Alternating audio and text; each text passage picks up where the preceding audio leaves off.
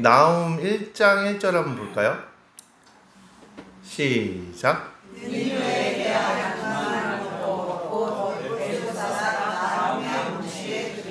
아멘. 나훔의 묵시의 글이다에서 알 수 있는 것은 나훔서의 저자는 누구다? 나훔이라는 것입니다. 나훔의 이름의 뜻도 궁금하시죠? 나훔의 이름의 뜻은 위로라는 뜻을 갖고 있습니다. 그래서 나훔 선지자가 어려서부터 너는 위로자다 이렇게 이름을 불렸으니까 참 나훔 선지자를 만나고 나훔 선지자의 말씀을 듣는 사람은 정말 은혜 받고 위로 받았겠구나 라는 생각이 듭니다. 지난주 미가는 뜻이 뭐라고요? 누가 여호와와 같은가. 하나님은 누구와도 비교할 수 없는 분이다. 하나님이 최고다 라고 자녀의 이름을 짓고 싶으면은 미가라고 지으시고, 그 다음에 내 자녀가 어려서부터 만나는 사람마다 위로와 기쁨이 되기를 원하신다면은 나훔이라고 지시면은 되겠습니다. 그래서 나훔은 이름처럼 위로가 있습니다. 그래서 심판을 나훔서를 통해서 심판도 선포하는 동시에 또 유다 백성들에게 하나님의 보호하심과 위로를 약속을 합니다. 그래서 참된 위로는 바로 하나님이 함께 하시는 게 위로인데, 그래서 이 위로라는 메시지와 심판이라는 부분이 이 나훔서에 포함되어 있습니다. 유다는 그 당시 아시리아의 압제 아래 고통을 겪고 있었고, 나훔 선지자는 이 아시리아의 멸망을 예언하고 그 다음에 또 유다에게는 위로의 메시지를 전했습니다. 그래서 하나님의 백성이 환난 중에 피할 곳이 있다. 하나님이 선택한 자녀들은 하나님께서 피할 곳을 주신다는 것이죠. 그리고 그들이 기억하시는 하나님이, 그러니까 하나님이 살아계심을 계속 상기시켜 준 거예요, 나훔 선지자는. 그리고 그 니느웨에 대한 심판도 계속해서 경고를 합니다. 그리고 엘고스 사람이라고 나오죠, 1절에 보니까. 그죠? 이것도 지난번에 말씀드린 것처럼 엘고스는 지역 이름입니다. 그러니까 나훔이 어디서 태어났냐면은 엘고스에서 태어났고, 이 엘고스가 또 어디인지 찾아보니까 여러 견해가 있었는데, 학자들이 제일 많이 모이는 견해는 유다의 서남쪽 예루살렘과 가자 지역 사이에 중간 지점에 위치한 작은 마을로 학자들의 견해가 모이고 있습니다. 그래서 계속해서 보니까 선지자들이 큰 마을이에요, 작은 마을이에요? 작은 마을에서 이렇게 태어나고 자라고 활동하는 걸 보면은 꼭 그 시대의 위대한 인물이 좋은 환경, 좋은 지역, 부자 그런 데서만 탄생하는 게 아니다. 그냥 하나님이 택한 자는 어디에서 태어나든지 위대한 인물이 될 수 있다. 심지어 예수님은 어느 곳에서 태어났어요? 베들레헴의 마구간에서 태어났죠. 그런데 온 인류를 구원하는 하나님의 귀한 아들이 되신 겁니다. 그 1절에 다시 한번 보면은 니느웨에 대한 중한 경고라고 되어 있죠. 그러니까 이 나훔서에서는 이 니느웨에 대한 경고를, 심판에 대한 하나님의 심판을 임할 거라는 나훔의 경고의 메시지가 있습니다. 하나님의 심판을 예언하였고, 또 그 다음에 이들로부터 이제 하나님께서 구원하실 거라는, 보호하시고 구원하실 거라는 말씀이 되어 있습니다. 니느웨 하면 떠오르는 선지자가 누구죠? 맞아요, 요나죠. 요나는 이름의 뜻이 비둘기라고 말씀을 드렸고, 그 다음에 그의 아버지 아미떼는 진실이라고 말씀을 드렸습니다. 몇 주 안 됐지만 감사 노트에 하나 더 적으시면 됩니다. 있게 해주셔서 감사합니다. 저는 또 감사의 제목을 써야 돼요. 전 또 말할 수 있어서 감사합니다. 예. 그래서 니느웨 하면은 요나 선지자가 떠오르는데 니느웨는 어디였냐면 아시리아의 수도였습니다. 그래가지고 이 아시리아 사람들이 폭력적인 거예요. 엄청나게 잔인하고 폭력적인 아수르 사람들, 아시리아 사람들 폭력적이고 잔인했습니다. 그리고 전쟁에서 잡혀온 포로들을 무자비하게 사륙하고 그 다음에 이 사륙의 공포가 떠나지 않았습니다. 그래서 아마 요나 선지자도 그곳에 가기가 너무 싫었던 것이 아닌가. 사람 취급을 안 하고 그런 곳을 하나님이 사랑하셔가지고 보내니까 그래서 중요한 거는 하나님의 설득으로 요나가 그때 니느웨에 하나님의 메시지를 전했고 요나 시대 때 그 니느웨는 대대적인 온 국가가 동물까지 금식하면서 회개의 역사가 일어나고 하나님을 믿게 되죠. 그런데 지금 나훔 시대에 와서는 또다시 악해진 거예요. 그래서 딱 보니까 이게 궁금한 거예요. 요나와 나훔의 시대에 시간차가 얼마나 될까? 그래서 또 이렇게 찾아보고 공부해 보니까 요나서는 BC 760년경에 기록이 되었고요. 나훔서는 BC 663년에서 612년 사이에 이것이 써졌거든요. 그러니까 요나서랑 나훔서는 시간차가 이게 100년이라는 시간차가 생기는 거예요. 1세기, 한 세기가 이 차이가 생기는 거지. 이 두 선지자 사이에서 선지서 사이에서 여기서 이제 100년이라는 세월이 흘러가는데 이 두 책의 간격이 한 1세기의 간격이 있다고 했을 때 한 가지 깨닫게 되는 것은 아무리 은혜 받고 아무리 나라가 다 성령으로 뒤집어져도 1세기를 넘어가기가 힘들다라는 것을 보게 되는 거죠. 그거 아셔야 돼요. 복음이 정말 강력하게 나타나고 역사하는 게 다 돌고 돌아요. 지금 영국에서 또 미국에서 그 다음에 또 우리나라 막 부흥이 이렇게 확 타오르다 꺼졌다 타오르다 꺼졌다 그런 역사가 나타나요. 왜 그런가 봤더니 이게 다 패턴이 있는 것 같아요. 은혜 받고 정말 주님의 은혜로 불타올랐다가 이 모든 게 좀 이루어지고 안정적이고 하나님의 평강이 임하면서 교만이 싹 트는 거죠. 그렇게 되면은 또 악이 발생하게 되고 그걸로 인해서 그 꽉 찼던 성전들이 점점 기도하는 게 빠지고 그 다음에 완전히 유럽이나 또 미국이나 점점 이 예배당의 인원이 줄게 되니까 이제 성전이 유물로 남아져 버리고 여행 갈 때 코스로 돌아가는 성지순례의 코스로 바뀌어 버리는 거죠.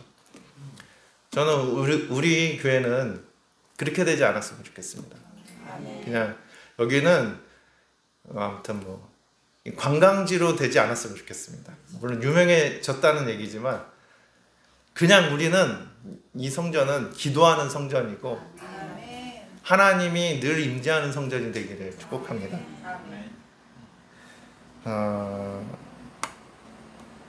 그러니까 정말 그런 게 있어요. 그래서 그러니까 옛날에 은혜 받았던 거 자꾸 얘기해 봤답니다. 왕년에 내가 정말 소나무 뿌리를 뽑으며 기도했어. 내가 기도원을 얼마나 많이 다녔는지 알아. 야, 나 때는 말이야 정말 진짜 그랬어. 나 때는 말이야. 저는 아메리카노입니다. 그렇게 과거에 내가 은혜 받았던 걸로 지금을 대리 만족하시면 안 돼요. 현재가 제일 중요하고 현재 내가 하나님을 향한 마음이 중요하고 현재 내가 예수님의 마음을 얼마나 갖고 있느냐가 제일 중요한 줄 믿습니다. 그래도 나훔 선지자는 요나처럼 도망가지 않았다. 이게 참 그렇죠. 그냥 하나님의 계시를 받고 그대로 선포하며 니느웨에 하나님의 심판을 예언했다는 겁니다. 그리고 동시에 유다 백성들에게는 위로의 메시지를 전했다는 겁니다. 그 말씀이 오늘 본문에서 또 나오죠. 7절 8절을 보면은 여호와는 선하시며 환난 날의 산성이시니라. 그는 자기에게 의뢰하는 자들을 아시느니라. 그가 범람함으로 그곳을 진멸하시고 자기의 대적들을 흑암으로 쫓아내시니라. 아멘. 여호와는 선하시고 환난 날의 산성이다. 이 니느의 이 폭력으로부터 흑암의 세력들을 쫓아내 주신다고 말씀을 하고 있습니다. 그러니까 나훔 선지자는 이 아시리아의 폭력과 부정한 행위에 대해 고통받는 이스라엘 백성에게 자기를 의지하고 믿고 기다리는 자들에게 물리쳐 주시고 흑암으로 쫓아내신다고 이렇게 위로와 소망을 주시고 계신 것입니다. 여기서 한 가지 깨닫게 되는 것은 하나님은 자기 백성을 포기한다 안 한다? 포기를 안 한다는 겁니다. 그리고 끝까지 보호해 주시고 그 다음에 소망을 또 주시는 거죠. 또 위로를 그렇게 또 위로를 해주는 것입니다. 여기서 알게 되는 것은 똑같이 하나님의 영이 임하고 성령이 충만한 사람은 은혜 받고 성령 충만한 사람은 하나님과 같은 영이 되기 때문에 사람을 대할 때 포기한다 안 한다? 안 한다. 아마 잘 아실 거예요. 지금 안식년 중이신 목사님, 담임 목사님께서는 포기를 한다 안 한다? 안 한다. 그냥 끝까지 끝까지 저도 끝까지 붙들려 우리 권사님들도 끝까지 붙들려서 근데 그게 귀한 사랑이 하나님의 마음과 같은 사랑인 거죠. 전도할 때도 아유 저 사람은 해보니까 안 되겠어. 근데 성령이 임하고 하나님하고 영이 같은 사람은 어떻게 한다? 안 되면 될 때까지 이가 없으면 잇몸으로 해서 17일까지 예. 그러게요. 또 오늘 이렇게 노트가 생기니까 또 말하다가 감사할 것들이 많이 생기는 것 같습니다. 아마 아멘을 크게 해주시면 여기다 쓸 것 같아요. 아멘을 크게 해주셔서 감사합니다. 저는 그렇게 쓰겠습니다. 미리 믿음으로. 할렐루야. 네. 그래서 포기하지 않고 끝까지 잃어버린 양을 찾는 그 하나님의 사랑. 또 예수님께서도 그런 말씀하시고, 그리고 또 자기를 버리고 예수님은 배신한 백성들이라도 회개하고 돌아오면 기뻐하시고 춤추시는 모습을 볼 수가 있습니다. 마태복음 18장 12절에서 13절까지 함께 읽어보겠습니다. 시작. 너희 생각에는 어떻겠느냐? 만일 어떤 사람이 양 잃은 말가 있는데 그 중에 하나가 길을 잃었으면 그와 나와 말을 사내고 가서 길 잃은 양을 찾지 않겠느냐? 진실로 너에게 이르노니 만일 찾으면 길을 잃지 아니한 99마리보다 이것을 더 기뻐하리라. 아멘. 예수님께서 양 100마리가 있는데 길을 잃은 한 마리 양을 찾으러 가신다는 것이죠. 보통 일반적인 사람들은 한 마리 잃어버려도 그냥 몇 마리 있으니까 99마리 양이 있으니까 괜찮아 하고 집으로 돌아갈 수 있습니다. 우산 잊어버려도 찾아요 안 찾아요? 요즘 안 찾더라고요. 그냥 또 하나 사면 되지. 그런데 예수님의 사랑은 잃어버린 양을 포기하지 않고 끝까지 찾아간다는 것입니다. 이게 너무나도 감사한 거죠. 그리고 잃어버린 양을 찾으면 길을 잃지 않은 99마리 양보다 더 기뻐하신다 얘기하시는 거예요. 아니 99마리 양 섭섭하게 한 마리 양하고, 아마도 99마리 양은 믿는 거고 길을 잃지 않으니까 잃은 양 한 마리가 돌아온 게 너무나도 기뻐하신다는 거죠. 그러니까 한 영혼을 얼마나 소중히 예수님이 사랑하시는지를 보여주시는 거예요. 그러니까 우리가 전도할 때 이 영혼이 오면은 예수님이 얼마나 기뻐하실까 그런 생각으로 하시면은 너무나도 좋은 거죠. 근데 이 말씀의 시작은 제자들의 질문에서부터 나오게 되는 거거든요. 제자들이 천국에서는 누가 큰 사람입니까? 그랬더니 예수님께서 어린아이 한 명을 불러 세우시고 이 어린아이와 같이 자기를 낮추는 자가 천국에서 큰 자다라고 말씀을 해주시는 거예요. 그리고 18장 4절에 보면, 마태복음 18장 4절에 보면은 그러므로 누구든지 이 어린아이와 같이 자기를 낮추는 그이가 천국에서 큰 자니라. 아멘. 이 아이 한 명을 맞출 수 있어야 천국에 갈 수 있다는 겁니다. 그리고 나서 이어지는 말씀이 이 작은 자들, 이 어린아이 또 작은 자들을 실족해 하지 말게 하라는 거예요. 실족하지 않게, 시험 들지 않게, 그들의 만족을 이룰 수 있도록 잘 우리가 낮아져서 그들의 소원을 들어주기 위해서 좀 하라는 것입니다. 예, 어린아이가 실족치 않게 하려면 얼마나 어려운지 아실 거예요. 그거 어떻게 다 들어줘요? 그러니까 다 들어주지 않더라도 지혜롭게 설득하시고 인격적으로 대해주시고 힘과 강요와 억압으로 누르지 마시고 잘 설명해서, 야, 지금은 장난감을 사줄 그게 아니거든? 그러면서 잘 설득을 해서 실족치 않게 내려놓을 수 있는 지혜를 구하셔야 되고, 그게 안 되시면 사주시고 예, 그렇게 하라는 겁니다. 뿐만 아니라 이 작은 소자들이 냉수 한 그릇 떠달라고 하면은 그 물을 떠줄 수 있고, 목마른 자에게 물을 줄 수 있고, 그 소자들이 실족지 않게 하라는 것입니다.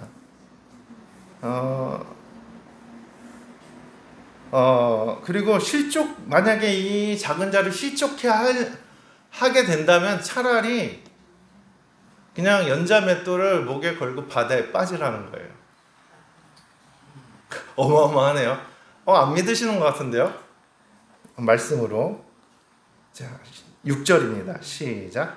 누구든지 나를 믿는 이 소자들은 하나를 실족해 하며 사람의 연자맷돌을 목에 달리고 깊은 바다에 빠지는 것이니라.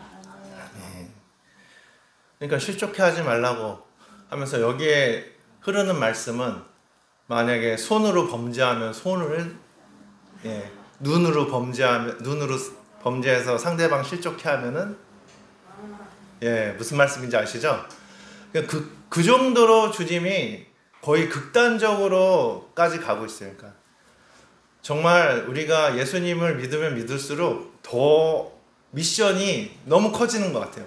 옛날에는 그냥 아무 생각 없이 그냥 했던 행동들이 정말 연자맷돌에 걸려서 바다에 빠져야 버려야 되니까 아마 이거는 극도로 강조를 하고 있는 것 같습니다. 그러니까 우리가 예수님을 만나고 은혜 받으면은 이제부터 삶이 위로자가 돼야 되고, 그 다음에 그 사람의 실족치 않게 하는 삶을 살아가야 된다는 거예요. 그래서 그걸로 인해서 잃어버린 양이 탄생하면 된다, 안 된다? 안 된다는 거죠. 그러니까 예수님을 믿고 따라간다면 상대방이 시험 들지 않게 행동하며 살아가야 한다는 것입니다. 다시 말해서 우리가 시험 들게 하는 사람이 있으면 우리도 천국에 가기가 어렵다는 거예요. 그러니까 나로 인해서 시험 드는 사람이 생기면은 우리가 아직 구원받은 자가 아니라는 거죠. 우리가 아직 예수님을 제대로 알지 못한다는 겁니다. 그 은혜를 제대로 받고 깨달은다고 말씀을 계속 들으면서 예수님의 마음을 닮아가기 시작하면 우리의 삶의 패턴이 바뀌게 되는 거예요. 점점 이렇게 상대방의 마음을 헤아리고 그 다음에 그 안에 실족치 않는 마음들을 넣어줄 수가 있는 거죠. 근데 이제 뭐 물질적으로 먹는 것으로 입는 것으로 그런 걸로는 한계가 있어요, 군요. 결론적으로는 예수 그리스도의 사랑이 들어가야 그 만족, 자족의 은혜가 그 사랑이 채워져야 그게 이제 온전해지거든요. 다 사랑의 결핍에 다른 표현들인 거예요. 다 이거 사달라, 저거 사달라, 배고프다, 이거 먹고 싶다, 고집하잖아요. 그게 다 사랑 결핍의 표현들이다. 그걸 치료할 수 있는 유일한 길은 예수 그리스도의 말씀, 예수 그리스도의 사랑뿐임을 우리는 먼저 영적으로 깨닫고, 그래서 우리의 영적 싸움은 뭐에 있냐면요, 정말 치고받고가 아니라 얼마만큼 내 육이 죽어지면서 상대방, 그러니까 소자들이 실족치 않게 하는 삶을 살아가느냐. 그래서 전쟁이 일어날 곳을 얼마나 예수님의 마음으로 잠재울 수 있느냐, 화평케 하느냐. 사단은 자꾸 그들의 결핍을 노려서 자꾸 다툼이 일어나게 만드는데, 우리가 이 은혜를 깨닫고 영적으로 모든 상황을 분석할 수 있어야 승리할 수 있게 될 줄 믿습니다. 그러니까 이렇게 소자를 실족해 하지 말라고 하시면서 잃어버린 양의 비유를 말씀해 주시는 거예요. 그 다음에.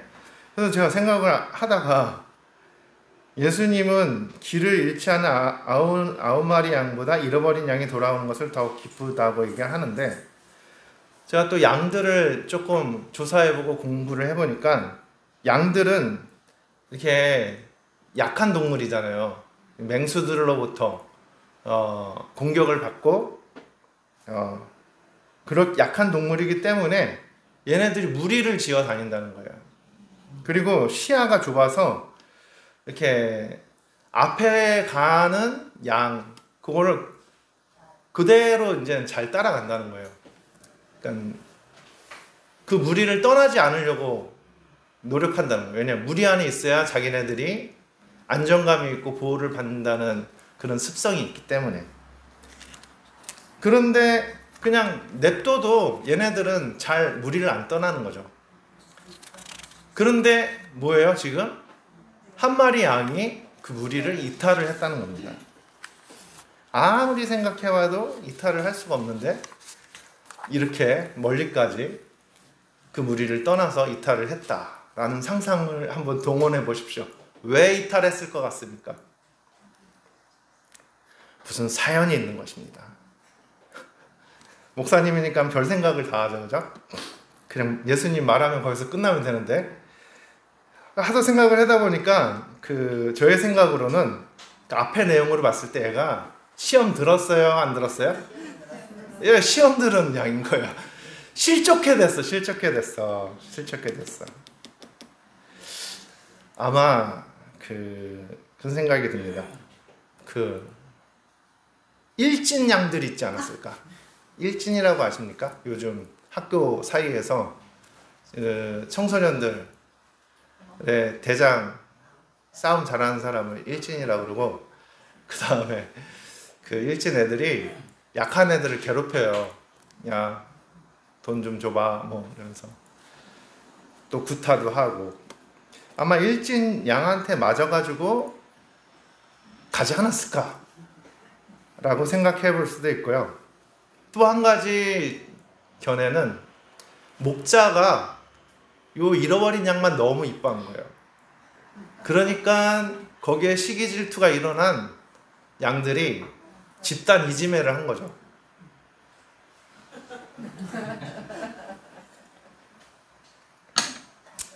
자, 아무튼 앞의 내용이 실족치 않게니까 이어져서 이 잃어버린 양이 아무튼 나갔을 것 같다는 생각이 든 거예요.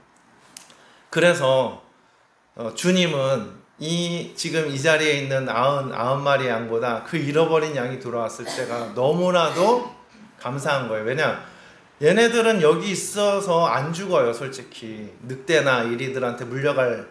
그런데 잃어버린 양은 이미 늑대의 속을에서 헤매고 있는 거잖아요. 그 잃어버린 양이 죽지 않은 거에 대한 감사가 있는 거예요, 목자는. 그러니까 우리 양들이 실족해 되면 안 돼요. 제가 한 사람은 특별히 예뻐하면 된다, 안 된다? 안 된다, 안 된다. 모두를 사랑하고요. 그 다음에 또 성도님들 사이에서도 서로 실족해 하시면 안 된다는 거예요. 다 교회 성도님 한 분 한 분이 교회신 거예요. 서로 아껴주고 기도해주고 사랑해 주셔야 합니다. 그래서 교회에서 일진놀이 하시면 안 됩니다. 나로 인해서 시험 들어서 잃어버린 양이 생기면 뭐라는 거예요? 차라리 연자맷돌에 묶어가지고 바다에 빠지라는 거예요.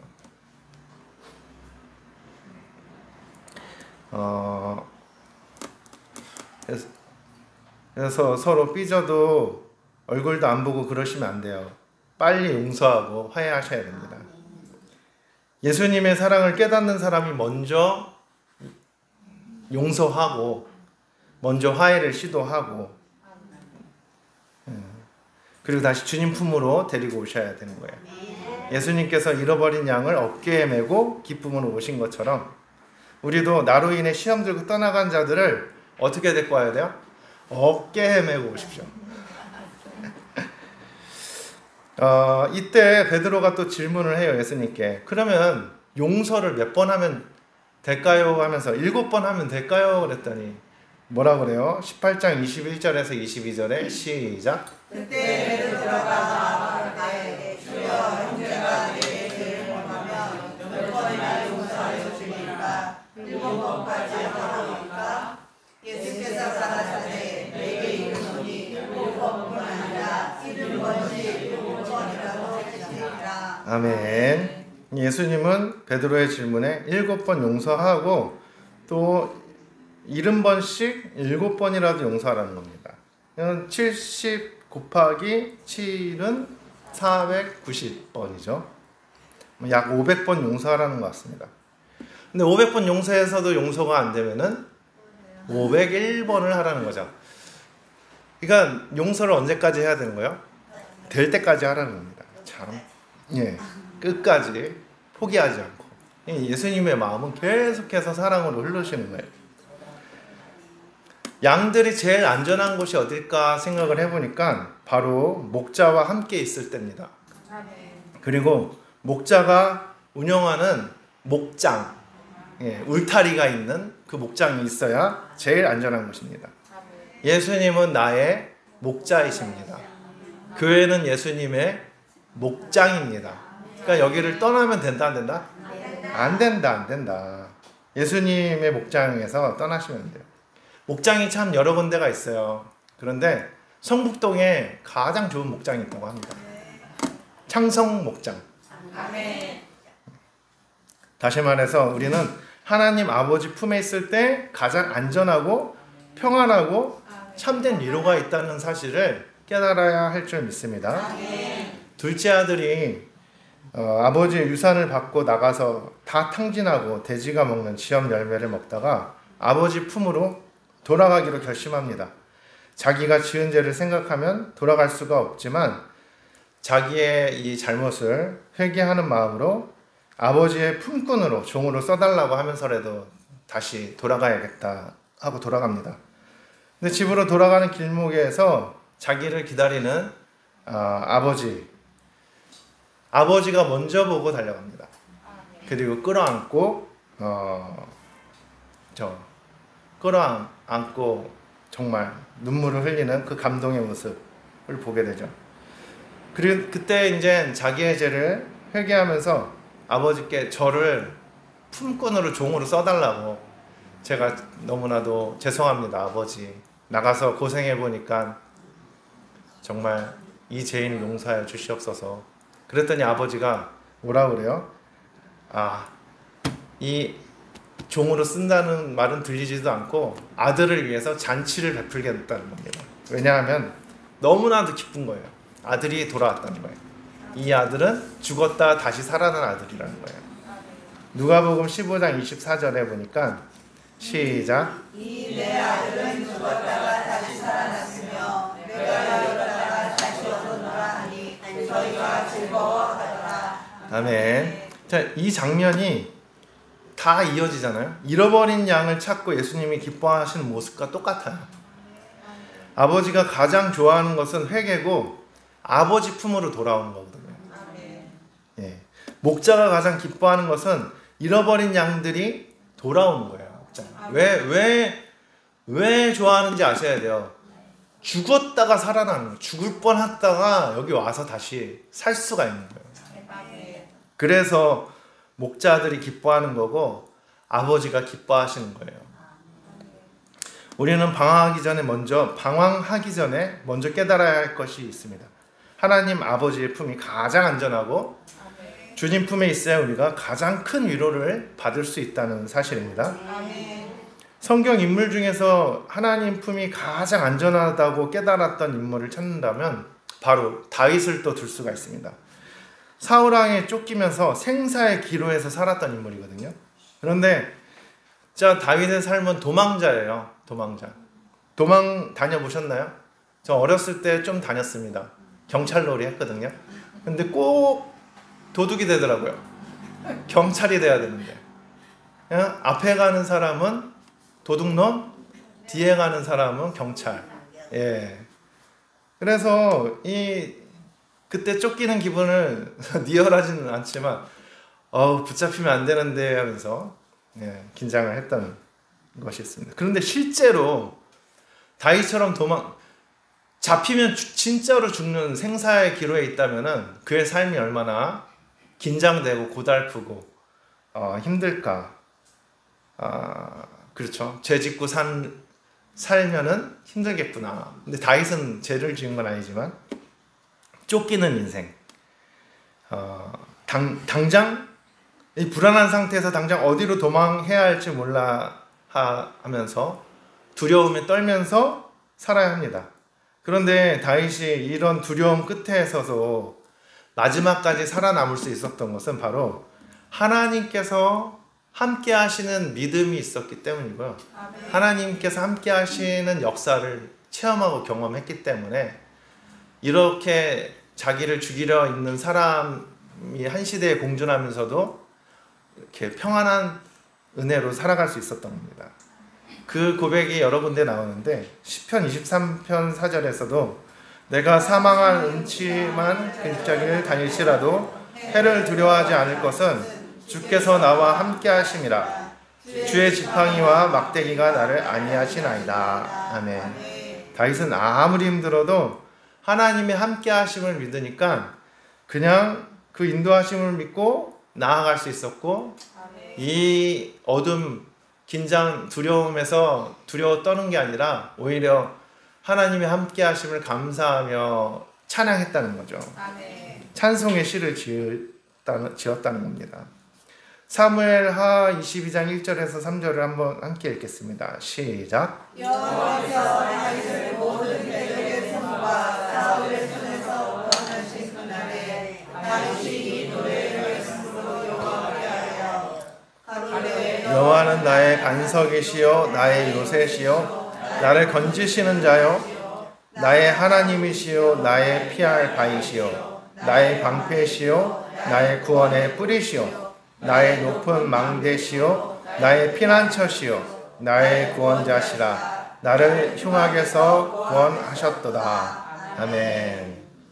여호와는 나의 반석이요 반석 나의 요새 건지시는 자 바위 방패 구원의 뿔 망대 피난처 구원자.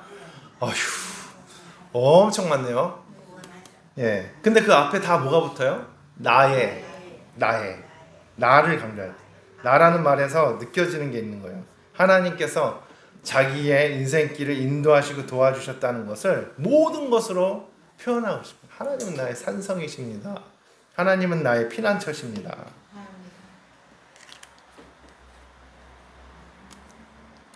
나폴레옹의 군대가 적국을 통과할 때 일이었는데요. 예수를 잘 믿는 과부가 아이들과 함께 살고 있었습니다.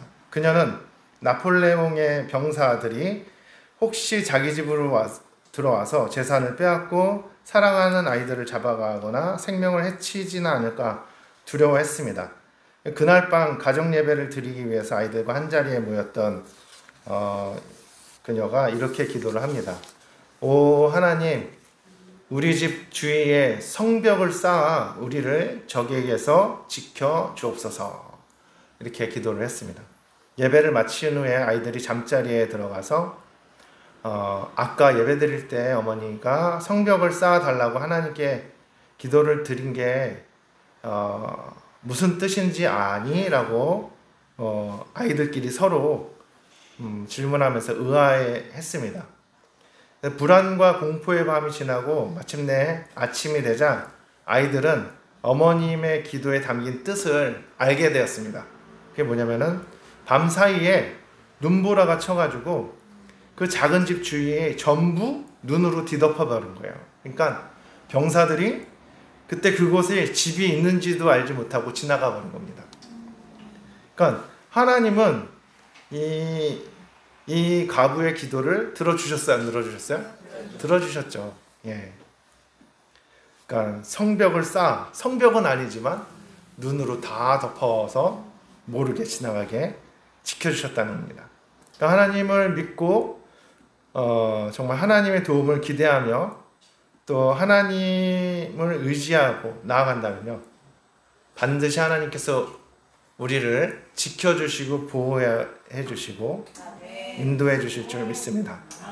마지막으로 나홈 1장 7절을 함께 다시 한번 보시면, 여호와는 선하시며 환난 날에 산성이시라. 그는 자기에게 의뢰하는 자들을 아시느니라. 아멘.